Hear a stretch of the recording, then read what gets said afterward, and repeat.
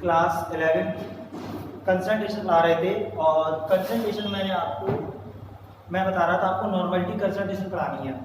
और नॉर्मलिटी पढ़ाने के लिए मैंने आपको पिछले लेक्चर बताया था कि नॉर्मलिटी पढ़ने के लिए हमें इक्विवेलेंट वेट आना चाहिए। क्यों आना चाहिए इक्विवेलेंट वेट, ये अभी आपको पता चल जाएगा। अच्छा जरा एक चीज़ देख लो, एक टर्म होता है gram equivalent weight. Gram equivalent weight क्या होता है? इक्विवेलेंट वेट एक अलग चीज़ होती है और ग्राम इक्विवेलेंट वेट अलग चीज़ होती है। तो ग्राम इक्विवेलेंट वेट क्या होता है? वेट अपॉन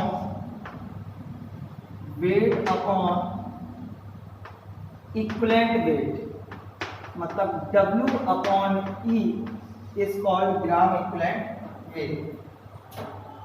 ये आपका होता है ग्राम इक्विवेलेंट वेट। बात समझ आई? ठीक है, इसका भी काम पड़ेगा। तो हम लोग कंसंट्रेशन पढ़ने जा रहे हैं और इस कंसंट्रेशन का नाम क्या है? कंसंट्रेशन का नाम है नॉर्मलिटी। क्या पढ़ने जा रहे हैं? नॉर्मलिटी। और नॉर्मलिटी को इंटरनेशनल लेवल पे कैपिटल N से लिखते हैं। किससे लिखते हैं? कैपिटल N से। क्या होता है नॉर्मलिटी? नॉर्मलिटी होता है gram equivalent of solute present in 1 liter of solution.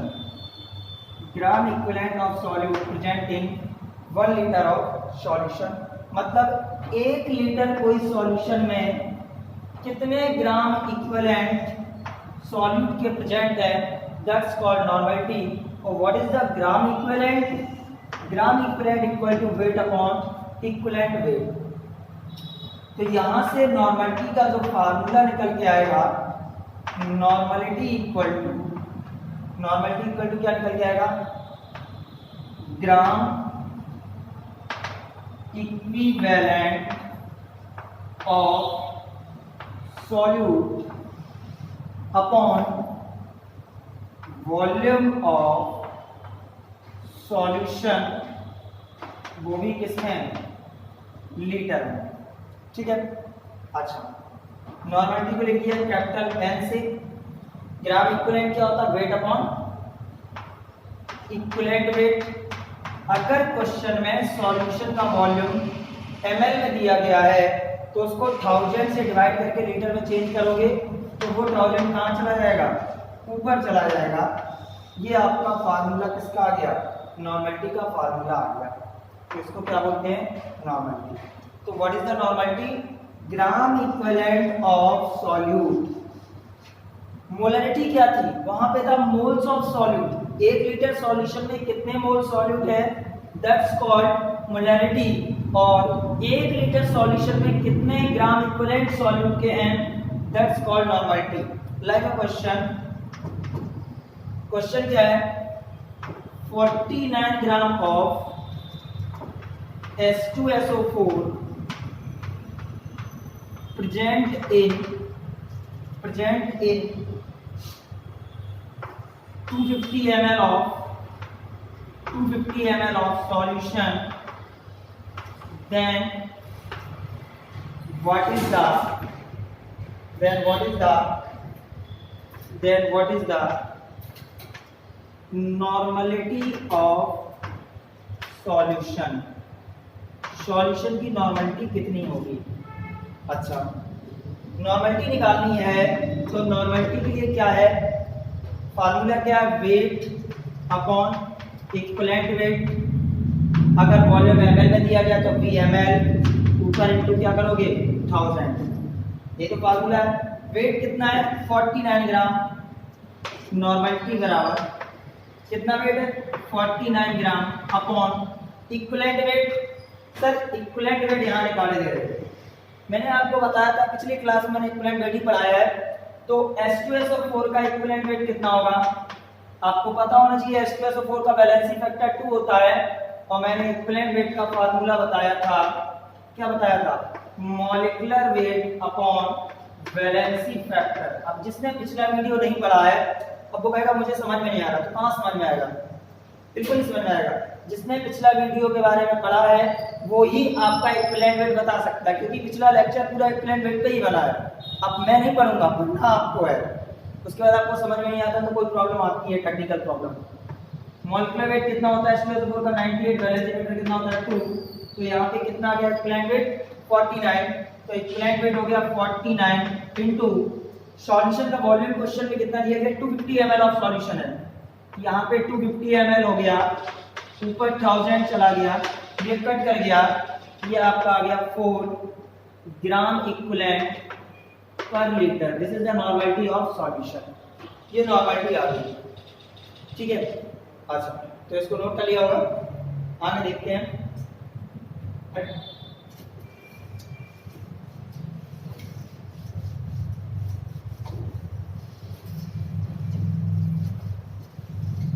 भैया हर एक चीज टॉपिक वाइज पढ़ोगे तभी समझ में आएगा। आज आप सो के जग गए तो आज आपने टॉपिक देख लिया, अब नहीं पढ़ना है तो नहीं पढ़ो। कोई पढ़ाएगा तो आके तुम्हें कहते कि बेटा आप पढ़ो। अगर तुम्हें जीवन में कुछ करना है तो पढ़ो, और नहीं करना है तो मत पढ़ो। घर पे आके तो थोड़ा कोई पढ़ाएगा आके कि तुमसे कहे नहीं बेटा पढ़ो ही पढ़ो, ये वीडियो क्यों नहीं देखा, वो वीडियो क्यों नहीं देखा, फलाना ढिमाना, ठीक है। अच्छा, तो नॉर्मलिटी बराबर फार्मूला मैंने अभी हाथ बताया कि वेट अपॉन इक्विवेलेंट वेट और वॉल्यूम किसमें लीटर में। चलिए कोई बात नहीं, लीटर में तो ऊपर 1000 खत्म हो जाएगा। अच्छा, इस वॉल्यूम को यहाँ ले गए तो क्या हो जाएगा, नॉर्मलिटी इनटू वॉल्यूम लीटर में equal to weight upon equivalent weight. अपने ताजे से दिमाग से बताओ, वेट अपॉन इक्विवेलेंट वेट क्या होता है? वेट अपॉन इक्विवेलेंट वेट होता है ग्राम इक्विवेलेंट। क्या होता है? Gram equivalent. तो this is equal to normality into volume litre में। इसका मतलब ये है कि नॉर्मलिटी इनटू वॉल्यूम लीटर में this is also gram equivalent. बोलो ठीक। अच्छा, आगे देखते हैं। Normality into volume weight upon equivalent weight. Equivalent weight को क्या लिख सकते हैं? Molecular weight upon valency factor. बोलो लिख सकते हैं कि नहीं लिख सकते? Normality into volume weight upon molecular weight क्या होता है? मोल। वेट अपॉन मॉलिक्यूलर वेट क्या होता है? मोल इनटू वैलेंसी फैक्टर। जरा बताओ, नॉर्मलिटी इनटू वॉल्यूम क्या था? Gram equivalent. Normality into volume क्या है? Gram equivalent. तो मोल्स इनटू वैलेंसी फैक्टर भी क्या बन जाएगा? Gram equivalent. क्या बन जाएगा? ग्राम इक्विवेलेंट। बोलो कोई दिक्कत है? नहीं ना। तो कुल मिला के अगर बात करो तो ग्राम इक्विवेलेंट के फार्मूले अपने पास अभी 3 आ गए, लेकिन होते तो 5-6 हैं। 3 आ गए। 3 कौन से? पहला वेट अपॉन इक्विवेलेंट वेट, दूसरा नॉर्मलिटी इनटू वॉल्यूम, तीसरा मोल्स इनटू वैलेंसी फैक्टर। अब आप सोच रहे हो कि सर ये इतने फार्मूले बता के हमें पीएचडी हासिल करनी है। सही बात है। एक्चुअली जब हम लोग प्रैक्टिकल करते हैं तो वहाँ पे टाइट्रेशन के प्रैक्टिकल होते हैं, और ये टाइट्रेशन के प्रैक्टिकल ग्राम इक्विवेलेंट के हिसाब से ही होते हैं। तो वहाँ पे मुझे ग्राम इक्विवेलेंट पता होना चाहिए कि ग्राम इक्विवेलेंट हम कैसे कैसे निकाल सकते हैं।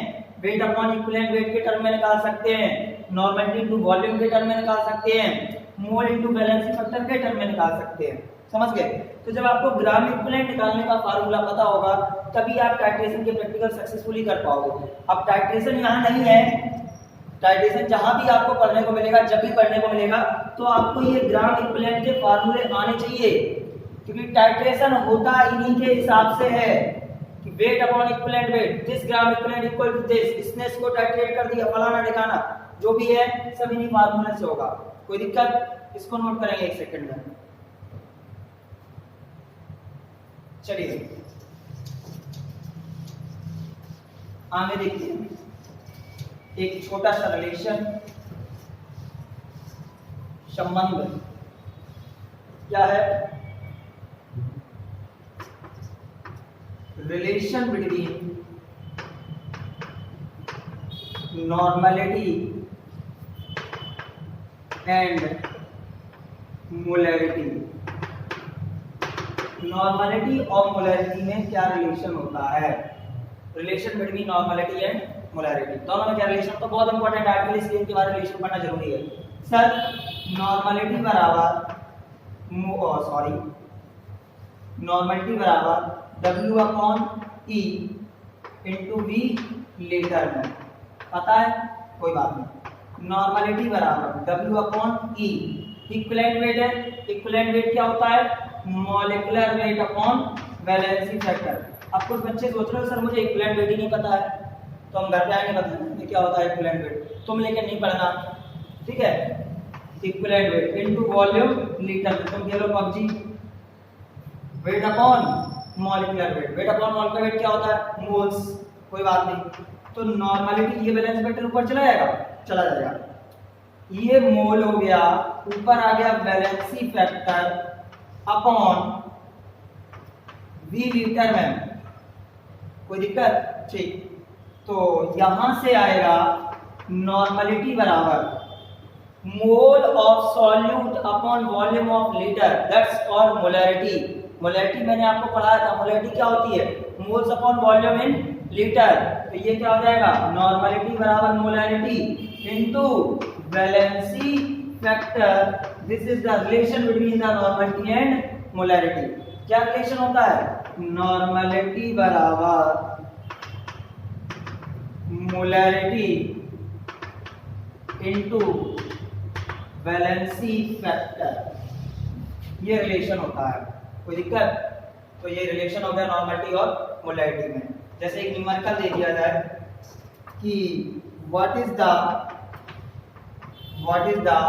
नॉर्मलिटी ऑफ 1 मोलर H3PO3, तो नॉर्मलिटी बराबर क्या है, molarity into valency factor. Molarity कितनी दी गई, 1। अब H3PO3 का वैलेंसी फैक्टर कितना, जब आपने देखा होगा कि H3PO3 का वैलेंसी फैक्टर मैंने कितना बताया था पिछले लेक्चर में, 2, तो आपको पता होगा, नहीं देखा होगा नहीं पता होगा, तो इसका वैलेंसी फैक्टर कितना होता है, 2, तो 1 into 2, आंसर कितना हो जाएगा, 2 नॉर्मल, कितना हो जाएगा, 2 नॉर्मल। तो this is the relation between the normality and molarity. अच्छा, कोई दिक्कत, नोट हो गया, ओके, आगे देखते हैं।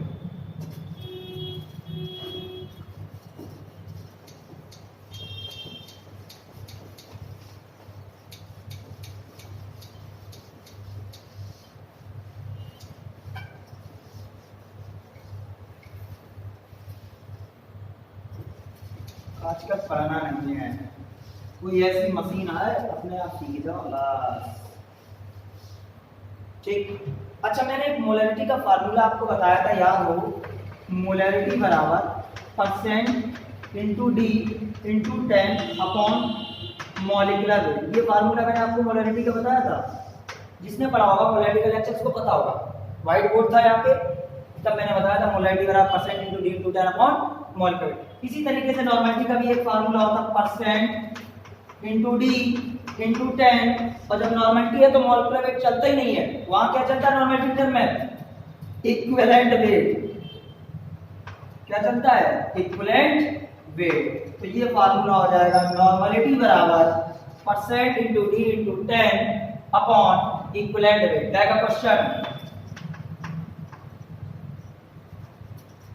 98% by mass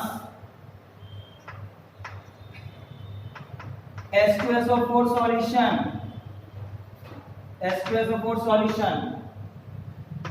having density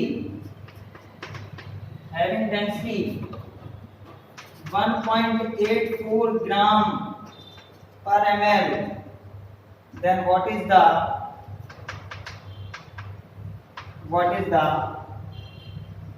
normality of solution, solution की नॉर्मलिटी कितनी होगी। तो फार्मूला क्या है, नॉर्मलिटी बराबर कितना परसेंट है, 98 इंटू डी कितना, density 1.84 into 10 upon equivalent wait किसका, H2SO4 का, और H2SO4 का इक्विवेलेंट वेट क्या होगा, मॉलिक्यूलर वेट अपॉन इसका वैलेंसी फैक्टर। H2SO4 में कितने आइटम है, 2, वैलेंसी फैक्टर 2, मॉलिक्यूलर वेट कितना 98/2, कितना हो जाएगा 49। इक्विवेलेंट वेट कितना रखा 49, थ्रीजा 98, आंसर आ जाएगा 8 6 36.8 normal, 36.8 normal. This is the normality of solution. तो ये आपकी नॉर्मलिटी कंसंट्रेशन हो गई, ठीक है। इसके बाद नेक्स्ट लास्ट कंसंट्रेशन है पीपीएम।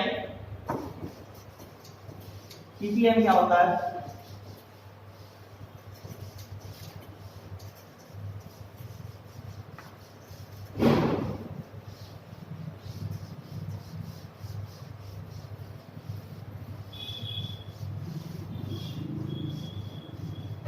पीपीएम न्यू कंसंट्रेशन है लास्ट। पीपीएम इसका पूरा नाम होता है पार्ट्स पर मिलियन। पार्ट्स पर million, what is the parts पर मिलियन? अच्छा, पार्ट्स पर मिलियन, मिलियन मतलब होता है 10 टू पावर 6।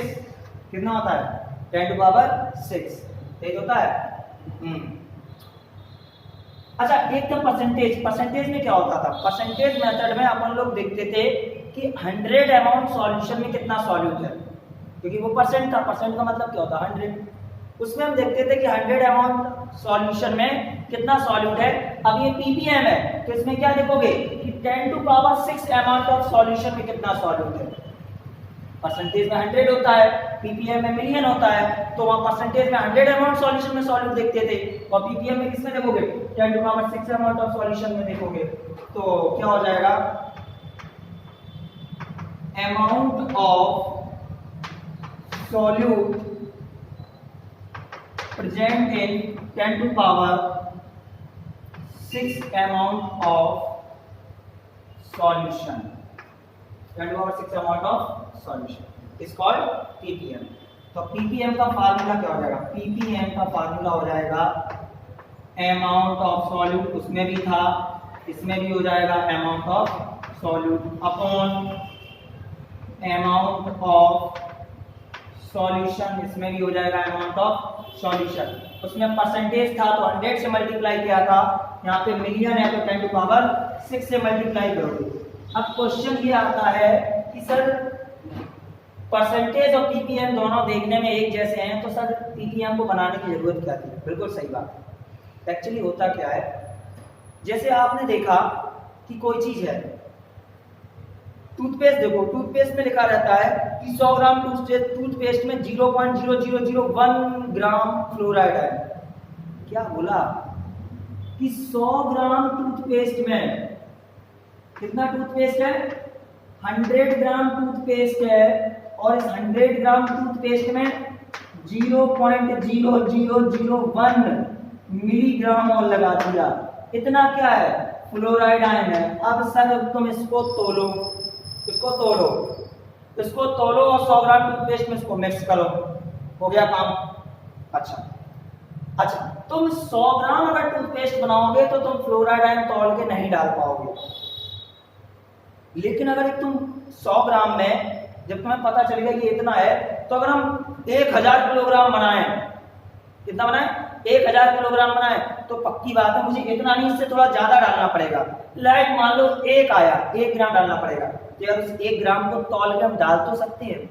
मतलब क्या है कि जब कोई सॉल्यूट, समझना पीपीएम क्यों आई, जब कोई सॉल्यूट किसी थोड़े बहुत सॉल्यूशन में ना के बराबर, जिसको नेग्लेक्ट मान के छोड़ सकते हैं, जब कोई सॉल्यूट किसी थोड़े सॉल्यूशन में ना के बराबर, जिसको नेग्लेक्ट मान के छोड़ सकते हैं, तब उसको हम एक बहुत बड़े सॉल्यूशन में देखते हैं तो वो ऐसा लगता है कि कुछ है। जैसे मैं आपसे कहूं कि 100 ग्राम टूथपेस्ट में 0.001 मिलीग्राम फ्लोराइड है, तुमको बता, और मैं तुमसे कहूं कि 1000 किलोग्राम टूथपेस्ट में 1 ग्राम फ्लोराइड है, तुमको चलो ठीक है 1 ग्राम तौल के हम डाल सकते हैं।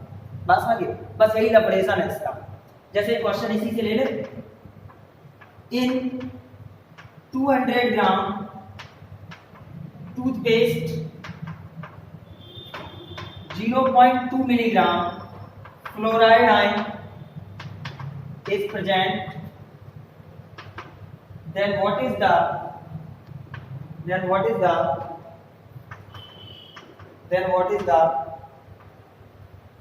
concentration of fluoride ion in ppm। ppm में फ्लोराइड आयन की कंसंट्रेशन कितनी होगी? चलिए क्वेश्चन क्या कहता है कि 200 ग्राम में कितना फ्लोराइड है? 0.2 मिलीग्राम, मतलब 2 × 10⁻⁴ ग्राम। अब इसमें भी चक्कर खाओ तुम खाओ। अरे यार भाई 0.2 मिलीग्राम में कितना होगा? 0.2 × 10⁻³ ग्राम होगा। तो मैं इसको 2 × 10⁻⁴ ग्राम नहीं लिख सकता हूँ। तो 200 ग्राम में इतना है, ppm में निकालना है। इसका मतलब कितने में देखना पड़ेगा? 10⁶ में देखना पड़ेगा। 200 ग्राम में इतना है तो 10⁶ ग्राम में कितना होगा? अरे सर 2 × 10⁻⁴ × 10⁶ अपॉन 200, ये सब चले गए। कितना आया? 1 ग्राम। अब कुछ लग रहा है, अब कुछ लग रहा है। डायरेक्ट फार्मूला रखना है तो अमाउंट ऑफ सॉल्यूट कितना? अमाउंट ऑफ सॉल्यूट है 2 × 10⁻⁴ ग्राम। सॉल्यूशन कितना? 200, 2 × 10⁻⁴ × 200 × 10⁻⁶। क्या निकल आ जाएगा? ppm। तो आपकी लास्ट कंसंट्रेशन ppm भी खत्म हो गई। अब आपका some basic concept of chemistry वाले चैप्टर में मात्र एक चीज बची है, मॉलिक्यूलर फार्मूला और एम्पिरिकल फार्मूला। 5 मिनट का टॉपिक है, देख लेते हैं जल्दी से। क्या होता है मॉलिक्यूलर फार्मूला और क्या होता है एम्पिरिकल फार्मूला?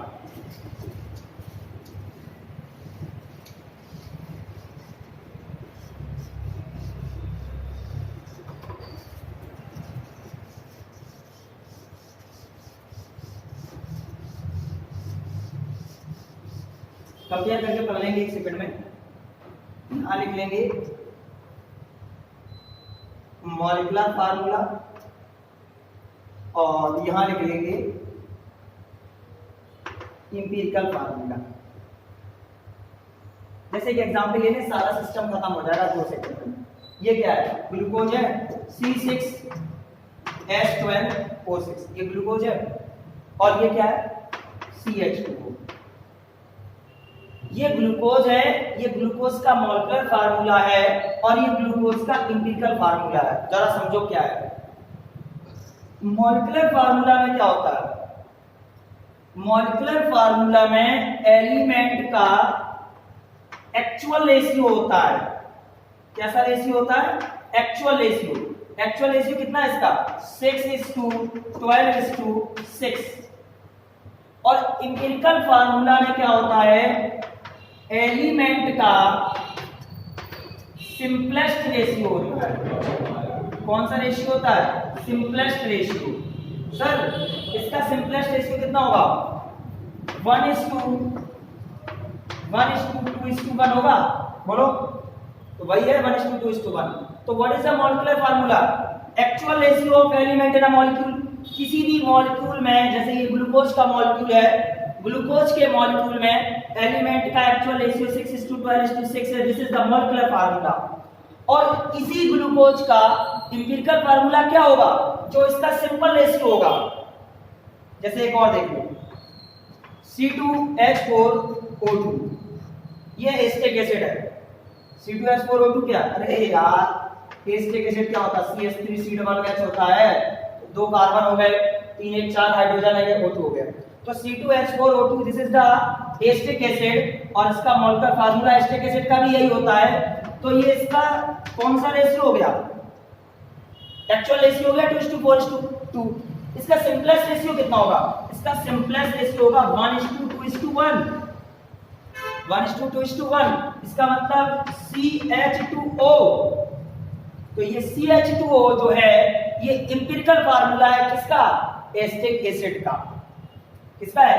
एस्टिक एसिड का। तो सर मॉलिक्यूलर फार्मूला क्या होता है? Actual ratio of element. और एम्पिरिकल फार्मूला क्या होता है? Simplest ratio.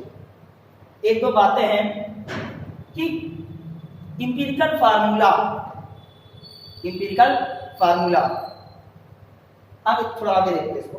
एक चीज देख लेते हैं उससे पहले, क्या इन दोनों में रिलेशन क्या होता है? मॉलिक्यूलर फार्मूला और एम्पिरिकल फार्मूला का रिलेशन क्या है?